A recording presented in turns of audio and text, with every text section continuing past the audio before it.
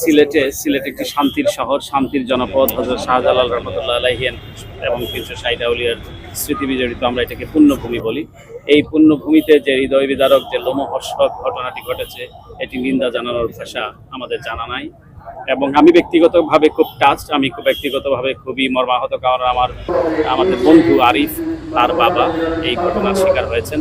সেই জন্য আমি আমার ব্যক্তিগত তরফে এবং সরকারের তরফে সমবেদনা জানাচ্ছি তাদের পরিবারের প্রতি। এবং আমরা সরকারকে সাধুবাদ জানাতে চাই, ধন্যবাদ জানাতে চাই যে খুব স্বল্প সময়ের মধ্যে সরকার এই ঘটনাটি যার সঙ্গে যারা জড়িত একজন অন্যতম মূল হোতাকে গ্রেফতার করতে সক্ষম হয়েছে বলে আমরা জেনেছি। আমরা আশা করছি এই ঘটনার সুষ্ঠু তদন্ত হবে এবং দোষীদের দৃষ্টান্তমূলক শাস্তি নিশ্চিত করা হবে। এবং এই ঘটনার পেছনে যদি কোনো ইন্ধন থেকে থাকে, কোনো দেশের শান্তি এবং স্থিতি নষ্ট করার মতো যদি পায়তারা কারো থেকে থাকে, সে ব্যাপারেও সরকার উদ্যোগী ভূমিকা পালন করবে এবং সেটির মূলোৎপাটনে ভূমিকা রাখতে সক্ষম হবে বলে আমি নিশ্চিতভাবে বিশ্বাস করি। ধন্যবাদ আপনাদের। ওকে।